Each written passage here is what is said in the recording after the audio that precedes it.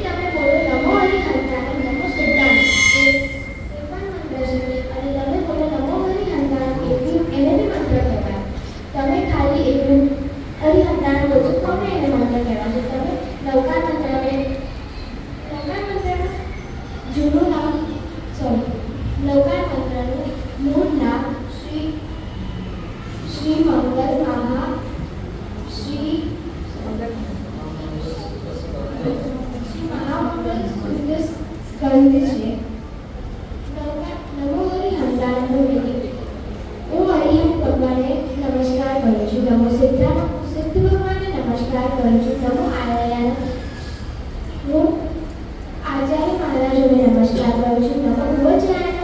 હું ઉપાધ્યાય મહારાજને પણ નમસ્કાર કરું છું.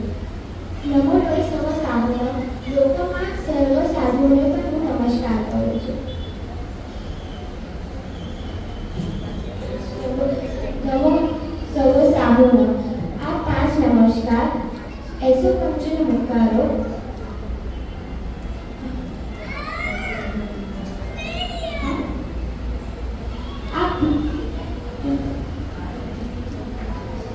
નમો લોય સર્વ સાધુઓ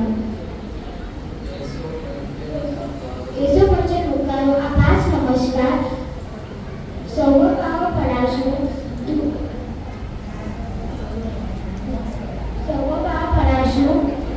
બધા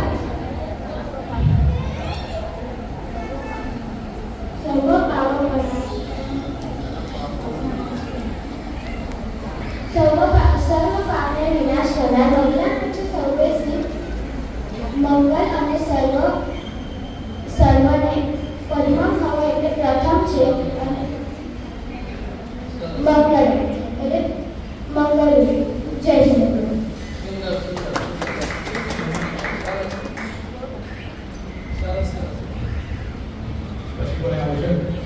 चलो कौन बाकी है? आओ आओ, अभी तो बच्चियों का भी बड़ों का भी आए। नाम लिखो। टॉपिक सामायिक. प्रणाम.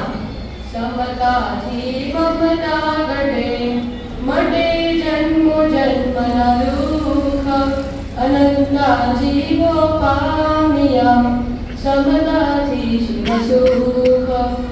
સમતાનો લાભ ક્યારે મળે ખબર છે? જ્યારે શુદ્ધ સમય કરવા આવે ત્યારે. હવે તમને સમજાઈ ગયું હશે કે હું પ્રથમ સુશીલ લેડિયા આજે સામાયિક એટલે શું અને સામાયિકથી શું લાભો થાય તે ઉપર સ્પીચ આપીશ. સામાયિક એ જૈન ધર્મનું ઉત્તમ આધ્યાત્મિક અનુષ્ઠાન છે. સામાયિક એટલે સર્વો જીવોને પોતાના જેવા સમજી તેની રક્ષા કરવી અને અશુભ કર્મનો નાશ કરવો. છિંદઈ અશુભ કમમ સામાયિક જંતિયાવાળા. જેટલી વાર સામાયિક કરીએ તેટલા જ અશુભ કર્મનો નાશ થાય છે. એક શુદ્ધ સમય કરવાથી 92,59,25,925 પલ્લવથી અધિક દેવાયુષ્ય બંધાય છે. જેમ કે અંધારામાં પ્રકાશની, રોગોમાં દવાઈની, ભૂખ લાગે ત્યારે ભોજનની, તરસ લાગે ત્યારે પાણીની જરૂરિયાત હોય છે. તેવી જ રીતે મનની અશાંતિ દૂર કરવા શાંતિની જરૂરિયાત હોય છે, જે એક શુદ્ધ સમય કરવાથી મળતી રહે છે. સામાયિકનું પ્રતિજ્ઞા સૂત્ર કયું છે તમને ખબર છે? કરે નિબંધે એટલે સામાયિક સૂત્ર, જેમાં સામાયિકમાં શું ન કરવું જોઈએ તે સૂચવ્યું છે. સામાયિકનો મહિમા દર્શાવતું એક સૂત્ર છે સામાયિક વૈજુતો, જેના દ્વારા સામાયિક પડાય છે અને સામાયિકમાં થતા લાભો બતાવ્યા છે. જો કોઈ વ્યક્તિ અગર સોનાના પગથિયાવાળું જિનાલય પણ બનાવી દે તો પણ જે જિનાલય બનાવતા પુણ્ય બંધાય છે તે કરતાં પણ વધુ એક શુદ્ધ સામાયિક કરવાથી પુણ્ય બંધાય છે. તમે બધાએ ક્ષણિક મહારાજા અને પુણ્યશાળોની વાર્તા તો સાંભળી જશે ને. રાજાને નરક ગતિમાં ન જવું પડે તે માટે પ્રભુએ તેમને પુણ્ય શ્રાવકને શુદ્ધ સામાયિકના થતા લાભો જેના ફળ મેળવવા કહ્યું હતું, પણ કોઈ પણ કિંમતે તેમને ફળ મળતું નથી. કેમ કે સામાયિકનો પોતાના દ્વારા આત્મા સ્વરૂપ પ્રગટ કરવાની ક્રિયા છે, જે કોઈને આપી ન શકાય. એવી જ રીતે એક કરોડપતિ શેઠ ખૂબ જ હજારોનું દાન કરતા હતા, પણ સાથે અભિમાન પણ રાખતા કે મારા જેવું શ્રેષ્ઠ તો કોઈ જ નહીં, હું જ બધાને મદદરૂપ થાઉં છું. પણ એમના જ બંગલાના કમ્પાઉન્ડમાં એક ડોશીમાં પણ રહેતા, જે દરરોજ એક શુદ્ધ સામાયિક કરતા, પણ ક્યારે પણ ગુસ્સો ન કરતા અને અભિમાન પણ ન રાખતા. જેના લીધે આગલા ભાવમાં જે કરોડપતિ શેઠ હતા, જે હજારો દાન કરતા હતા, પણ છતાં પણ અભિમાનના કારણે તે આગલા ભાવમાં હાથીનો જીવ બને છે. અને જે ડોશીમાં જે દરરોજ એક શુદ્ધ સમય કરતા હતા, તે આગલા ભાવમાં રાજકુમારનો જીવ બને છે.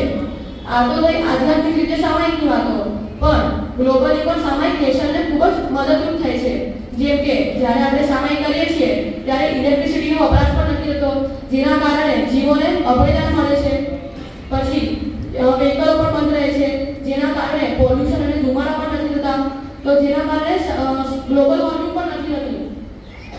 છેલ્લે એટલું કે 84 લાખ જીવાણુઓને અભયદાન દેવા તમે પણ દરરોજ એક શ્રેષ્ઠ 48 મિનિટનું અથવા એક શુદ્ધ સામાયિક કરશો ને.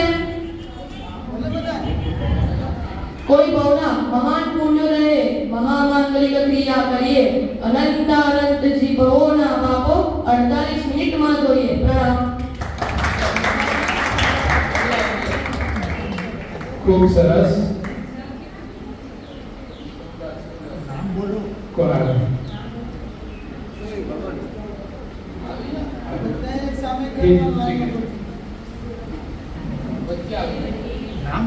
મારું નામ ઈચ્છા છે.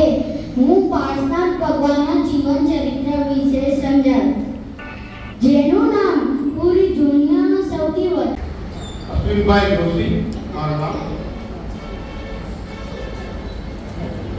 મોબાઈલના ફાયદા, મોબાઈલનું નુકસાન. ફાયદો પણ છે, નુકસાન પણ છે. મોટું નુકસાન મફતમાં મળતો નથી. પૈસા ખર્ચા વગર મોબાઈલ જોવા નથી મળતો. આપણી જાતે જોવો હોય તો પહેલા પૈસા ખર્ચવા પડે છે. ઘણી વખત આપણે મેસેજની રાહ જોઈ બેઠા હોય, વોટ્સઅપની રાહ જોઈ બેઠા હોય, ફેસબુક ખોલીને બેસી જઈ અને યુટ્યુબ જોતા હોય. આવી ઘણી બધી વસ્તુઓ આપણે ફેસિલિટી ભોગવીએ છીએ કેમ કે આપણે પૈસા ખર્ચ્યા છે. પણ આ પૈસાનો આપણને ફાયદો શું? ફાયદો એ છે કે આપણે એકલતામાંથી બહાર નીકળી શકીએ છીએ. પણ મારા સાહેબને આવી કોઈ જરૂરિયાત નથી, એમને એકલતા હોતી જ નથી. આપણે એકલતામાંથી બહાર નીકળવા માટે મોબાઈલનો ઉપયોગ કરતા હોઈએ છીએ. બાળકોથી માંડીને મોટા સુધી અને રાત્રે સૂતી વખતે ખાસ આપણને સૂતા પહેલા જોવાની ટેવ પડી ગઈ છે અને પછી રાત્રે સપના પણ આવતા હોય છે અને મોબાઈલમાંથી આપણે બહાર નીકળી શકતા નથી. ઘણું નુકસાન છે. પણ હમણાં જ એવું સંશોધન થયું છે કે 5 જ વર્ષમાં મોબાઈલને હાથમાં નહીં રાખવો પડે. મોબાઈલ આપણા ચશ્મામાં આવી જશે. ચશ્મામાં ચિપ ફિટ કરવામાં આવશે. તે ચશ્મામાં જ આપણે જે કંઈ વિચારશું, જે કંઈ આપણે પ્રશ્ન હશે એ પ્રશ્ન પૂછશું તો એ ચિપમાંથી આપણને એ જવાબ મળી જશે. એ ગૂગલ કે જે કંઈ છે ટેકનોલોજી, એના ઉપયોગથી આપણે આ વસ્તુનો ઉપયોગ કરી શકશું. નુકસાન ઘણું છે પણ આપણે ફાયદા તરફ જ જોતા હોય છે. બીજાને શું નુકસાન છે એ નહીં, મને પણ નુકસાન છે, બધાને નુકસાન છે. બાળકો તો ખરેખર મા બાપનો જ વાંક છે. મા બાપ જ એને મોબાઈલ આપે છે અને એ પોતે ફ્રી રહેવા માટે થઈ અને બાળકોને બિઝી રાખે છે. પ્લીઝ મેડમ, એટલે આપણે બાળકોથી દૂર રાખવાની ખાસ જરૂર છે મોબાઈલને. કે આપણી પોતાની ખામી છે જે આપણે દૂર કરવી જોઈએ. મોબાઈલ ફાયદો કરે છે પણ બાળકોને તો વધુ નુકસાન કરે છે, જેમાં મા બાપનો જ મારા ખ્યાલ પ્રમાણે દોષ છે. કેમ કે બાળકને તો કદી ખબર નથી આને મોબાઈલ કહેવાય, પણ એ બધું શીખવાયેલું મા બાપે. એટલે આપણે મા બાપ તરીકે આપણી ફરજ ચૂકવીએ છીએ પણ હવે એવું નહીં થાય. Thank you very much. મારા સાથે વંદન. શ્રી વર્ધમાન જૈન શ્વેતાંબર મૂર્તિ પૂજક સંઘ ભાઈલી એના આંગણે આજે ક્વિઝ કોમ્પિટિશન, જૈનિઝમ પર ક્વિઝ કોમ્પિટિશન અને વક્તૃત્વ સ્પર્ધા એ બંનેનું આયોજન થયું હતું. આ પહેલું આયોજન અમારા સંઘમાં થયું અને ખૂબ ઉમંગે લગભગ 40 જણે આજે ભાગ લીધું. ક્વિઝ કોમ્પિટિશનમાં 24 જણે ભાગ લીધું, જેના 4 ટીમ અમે પાડી અને 4 ટીમને 4 રાઉન્ડમાં પ્રશ્નો પૂછ્યા હતા. છેલ્લા 4 દિવસમાં એ લોકોએ ખૂબ મહેનત કરી અને ખૂબ સરસ રીતે એનો અને હાજર જવાબીને બધું અમે આજે ટેસ્ટ કર્યું ને બહુ સરસ રીતે એ લોકોએ સુંદર જવાબો આપી અને બધાને દિલખુશ કરી દીધું. અને વક્તૃત્વ સ્પર્ધા, જેમાં ખાસ 5 વર્ષથી લઈને 14 વર્ષની ઉંમરની વચ્ચે 15 છોકરાઓએ ભાગ લીધું. અલગ અલગ વિષયો પર બોલ્યા. લગભગ 12 વિષયો પર 15 જણ બોલીને બધાનું દિલ જીતી લીધું છે. અને 14 વર્ષની ઉપરના સૌથી વધારે 75 વર્ષની ઉંમરના પણ એમને પણ આવીને આજે મોબાઈલ વિશે આપણે પાશ્ચાત્ય સંસ્કૃતિ અને આર્ય સંસ્કૃતિની વચ્ચેની શું તફાવત છે એવા અલગ અલગ વિષયો પર બોલી અને ખૂબ સરસ રીતે આજે પ્રસ્તુતિ થઈ છે. તો અમારું સંઘ બસ આવા જ કાર્યક્રમ આગળ કરવાના છે અને આનાથી બધા શીખે અને જૈન ધર્મમાં આગળ વધે, બસ એ જ શુભેચ્છાઓથી. જય જિનેન્દ્ર.